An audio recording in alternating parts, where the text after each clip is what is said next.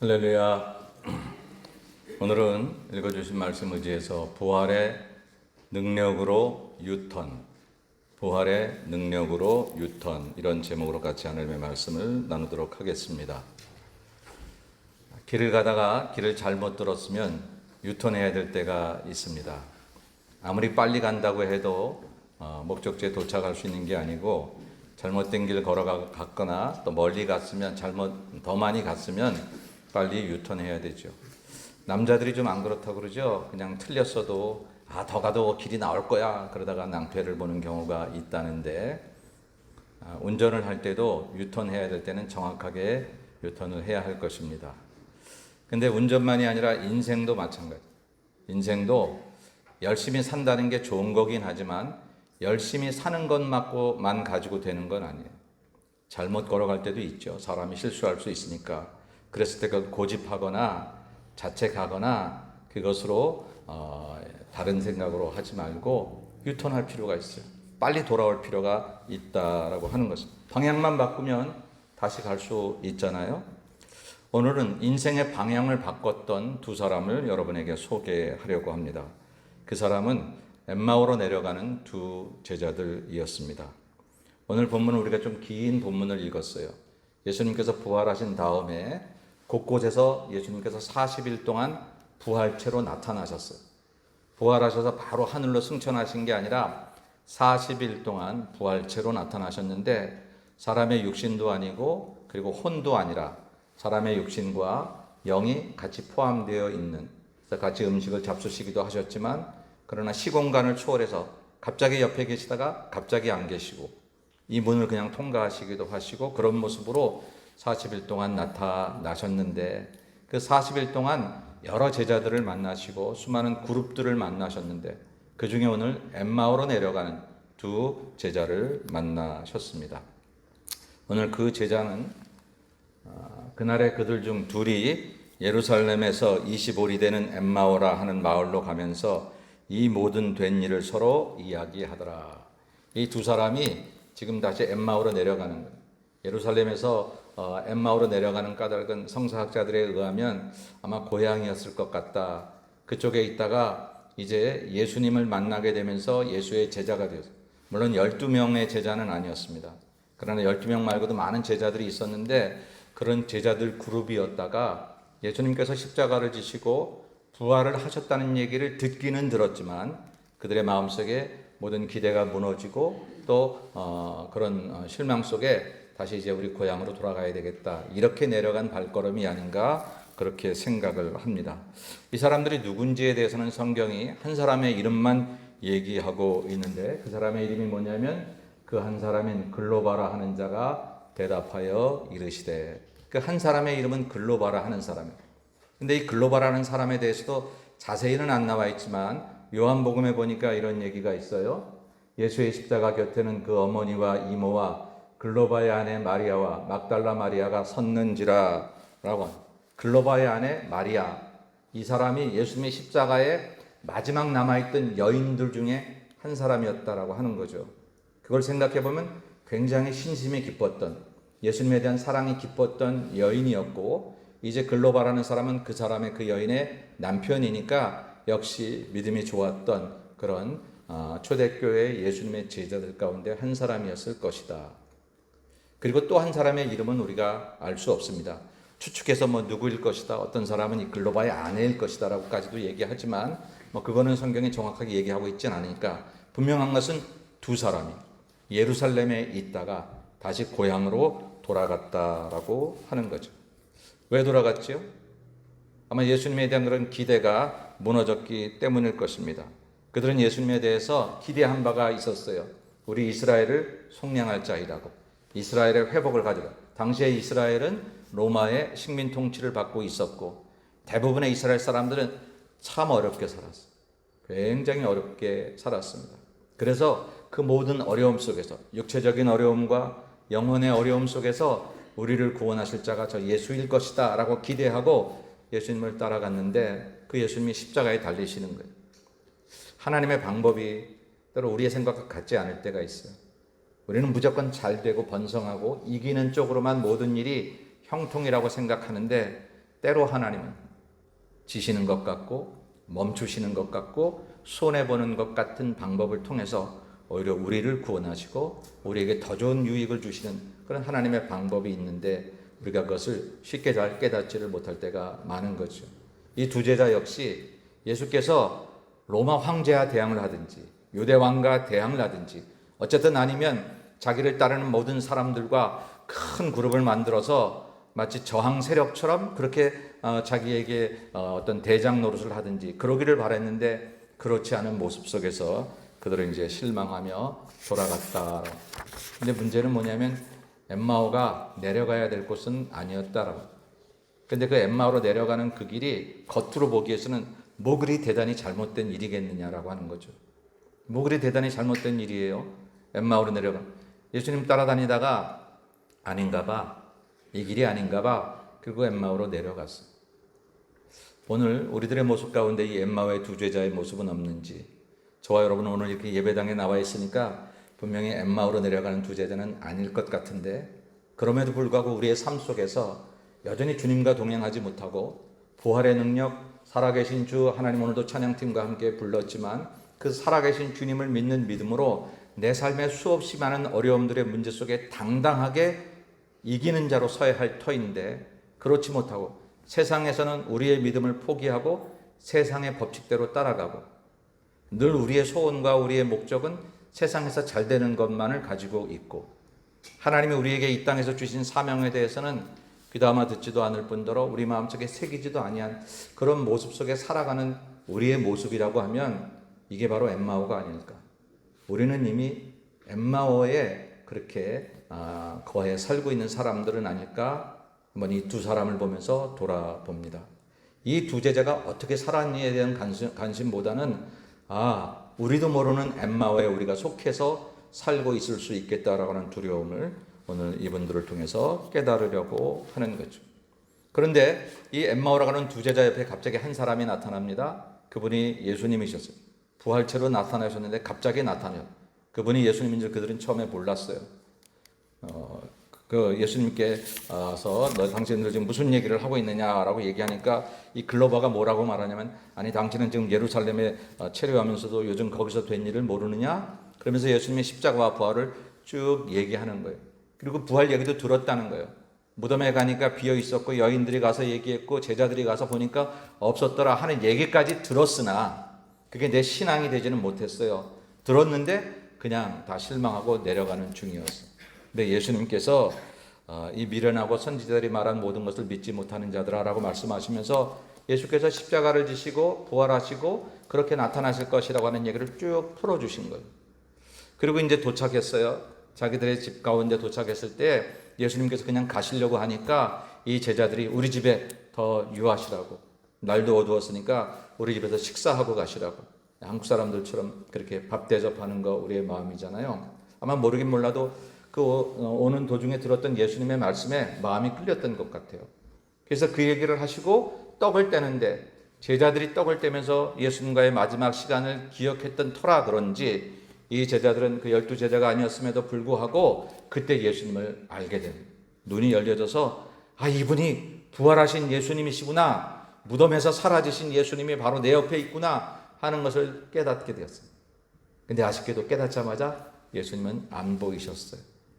그냥 우리 생각에서는 그제서 깨달으면 예수님께서 손을 붙잡고 이제야 알았어, 내가 살아난다고 했잖아, 에이 다시 예루살렘으로 돌아가자 이렇게 끌고 갔을 법도 한데 그러지 않으시고 오히려 예수님은 그렇게 주님이 부활하심을 듣고도 확실하지 못했던 두 제자에게 내가 살아있어, 너희들에게 이렇게 옆에 있다라는 것을 확신시켜주고 나신 다음에 이제 스스로의 선택에 맡기시고 사라지셨어요.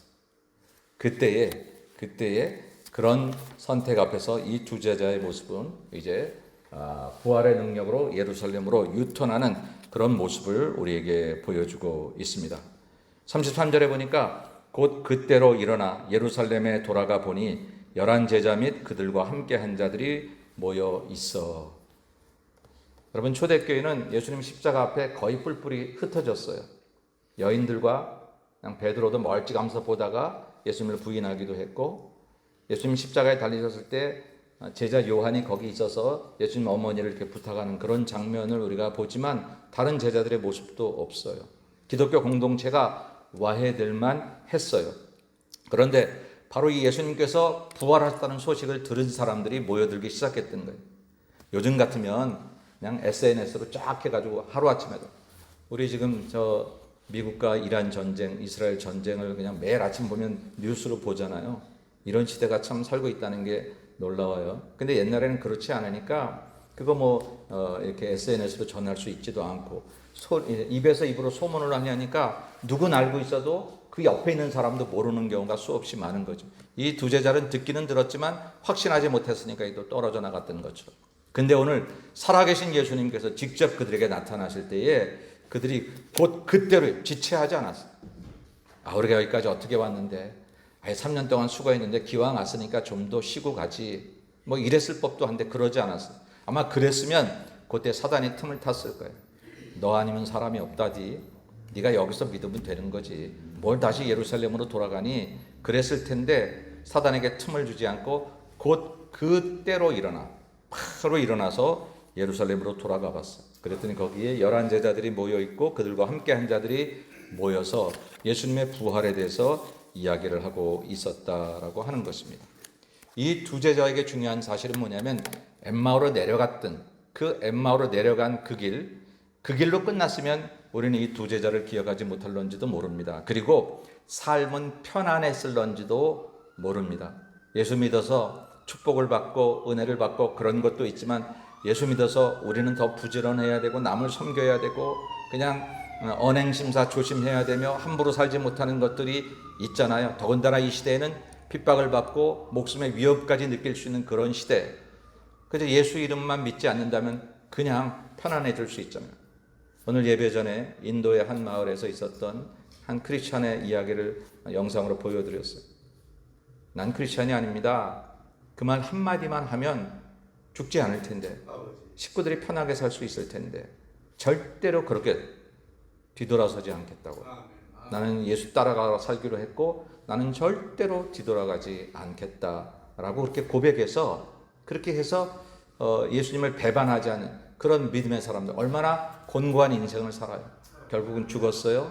근데 그 씨앗이 그 마을을 변화시켜서 그래서 추장과 함께 모든 사람들이 예수를 믿는 공동체가 되었다라는 사실, 이게 도대체 신앙의 길이 아니면 이해할 수 없는 길이에요. 오늘 저와 여러분에게 다시 유턴해야 되는 예루살렘으로의 길은 하나님 우리에게 복을 준비해 놓으셨단다. 아이들 잘 되고 건강해지고 사업이 잘 되고 이런 것이 없는 건 절대 아니에요.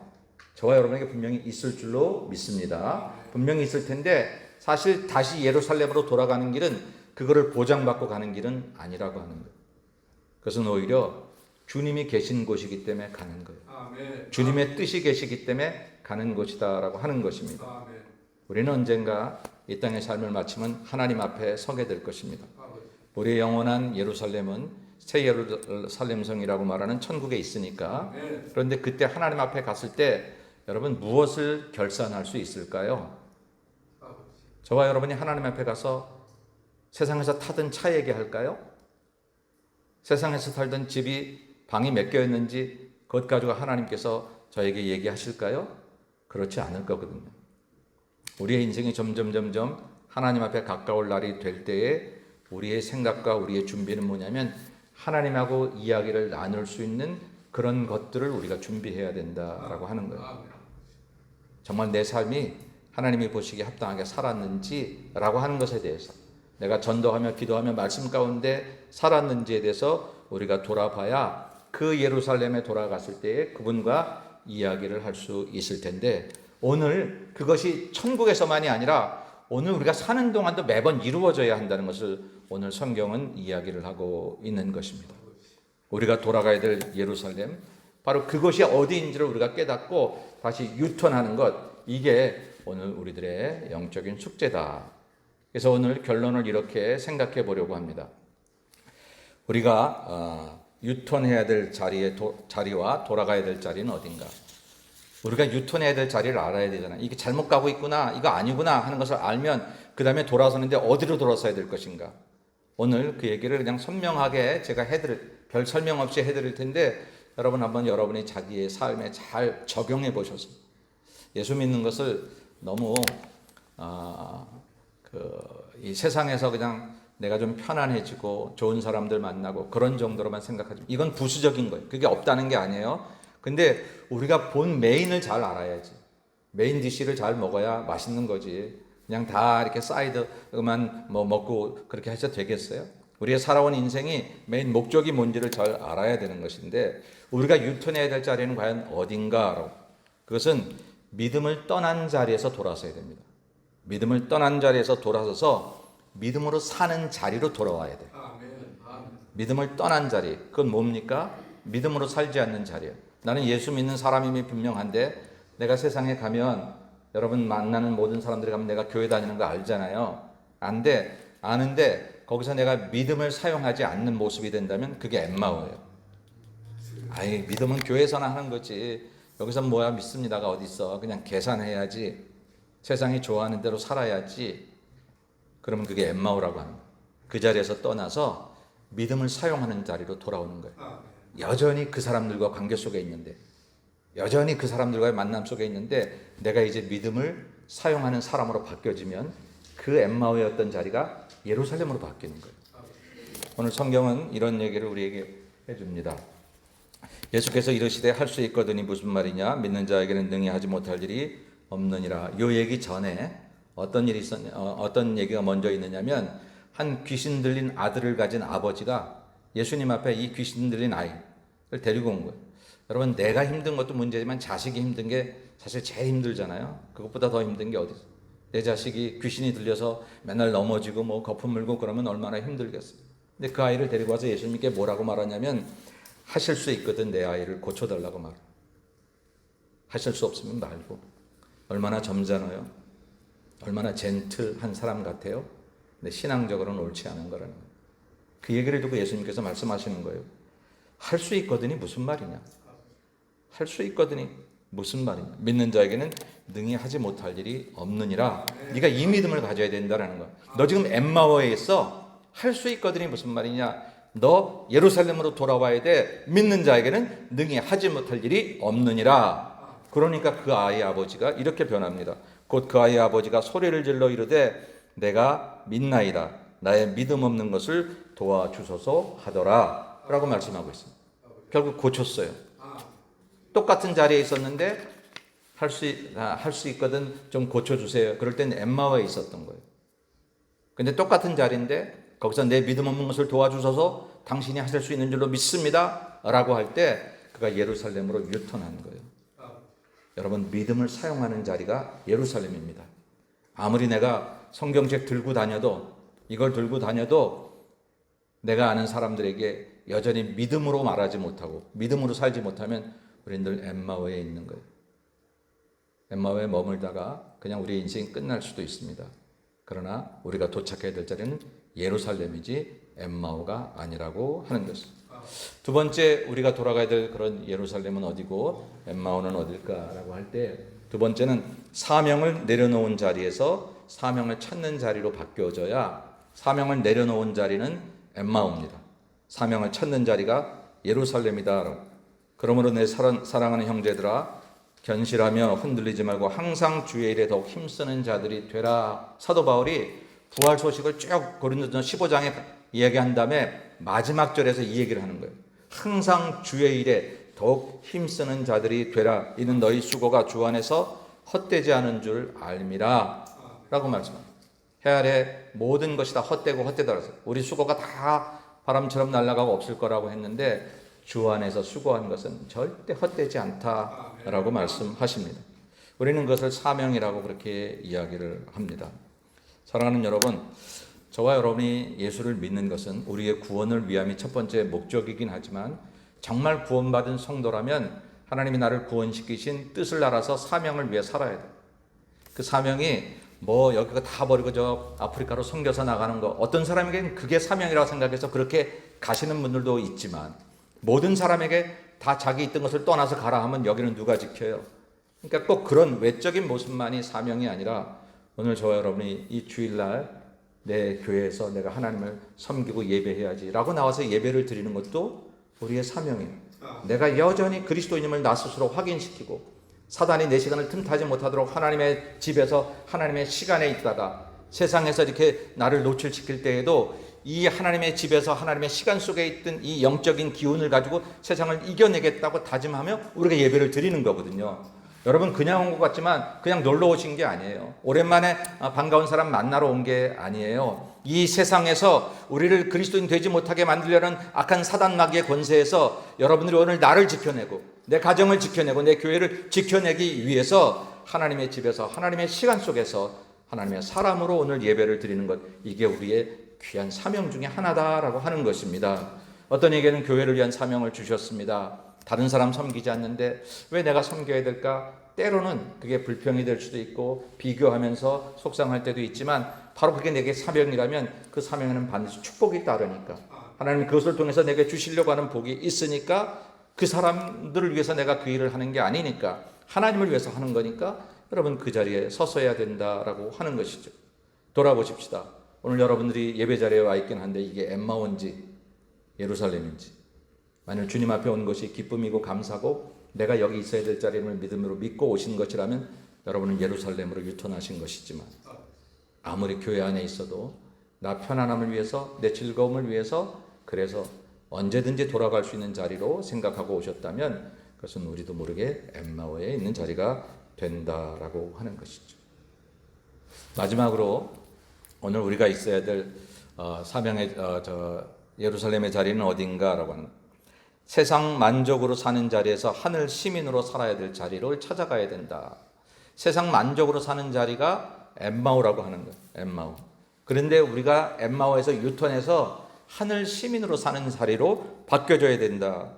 바울은 로마서에서 말하기를 너희는 이 세대를 본받지 말고 오직 마음을 새롭게 함으로 변화를 받아 하나님의 선하시고 기뻐하시고 온전하신 뜻이 무엇인지 분별하도록 하라라고 해요. 이 세대를 본받지 말라는. 본받지 말라는 이 뜻은 뭐냐면 붕어빵 찍어내듯이 똑같이 세상이 원하는 기독교인이 되지 말라는 거예요. 여러분 아십니까? 세상이 원하는 크리스찬이 있다는 거? 뭘 너 혼자 예수 믿어? 뭘 너 혼자 그렇게 가끔씩 빠져도 괜찮아. 그렇게 하실 줄 안 해도 돼. 뭐 그렇게 남 봉사하고 섬기지 않아도 돼. 나 위해서 믿는 거지 내가 누구를 위해서 믿어? 세상이 말하는 기독교인들이 있어. 근데 그걸 본받지 말라는 거예요. 세상이 찍어내는 대로 찍혀진 모습으로 살지 말고 하나님이 원하시는 대로 하나님의 선하시고 기뻐하실 뜻이 무엇인지 분별해서 하나님이 옳게 여기시는 대로 살아내야 된다라고 하는 것입니다.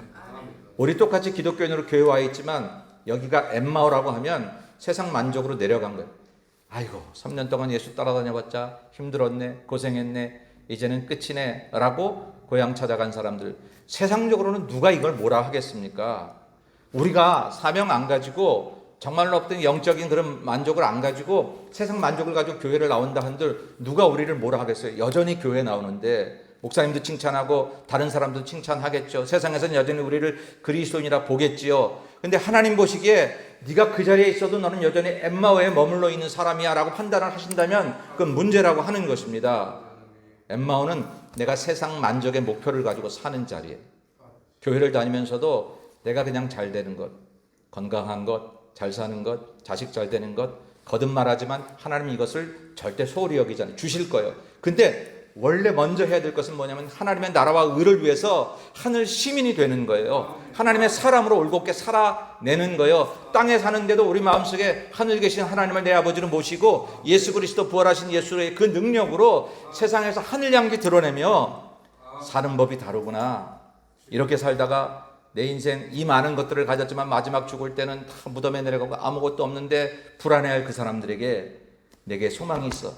내 집은 이 세상 아니고 저 천국에 있으며 그 하나님이 내가 가는 그날까지 나를 지키시고 보호할 것임을 알아서 나는 오늘도 기쁨으로 힘있게 능력있게 웃으며 감사하며 산다고 고백하는 하늘 시민으로 살아가야 오늘 우리 자리가 예루살렘으로 유턴한 자리가 된다라고 하는 것입니다. 사랑하는 여러분, 이번 한 주간도 여러분 세상으로 돌아갑니다. 가정으로 돌아가고 여러분의 일터로 돌아가고 여러분 또 뭐 여러 센터든지 여러 곳에 가실 거예요. 근데 거기서 여전히 내가 그들에게 세상 사람으로 비치면 거기가 엠마오요. 당신은 뭐가 다른 것 같아? 혹은 비꼬는 사람들이 당신만 그리스도이냐? 라고 말할 정도로 내가 올곧게 예수 그리스도의 모습을 보여준다면 여러분에게 그것은 예루살렘입니다. 잘 유턴하신 거예요. 그리고 그것에서 부활하신 주의 능력을 통해서 하나님의 크신 역사가 나타나게 될 것입니다.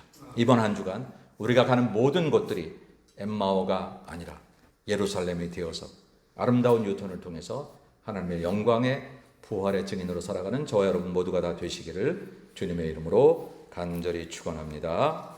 우리 기도하겠습니다.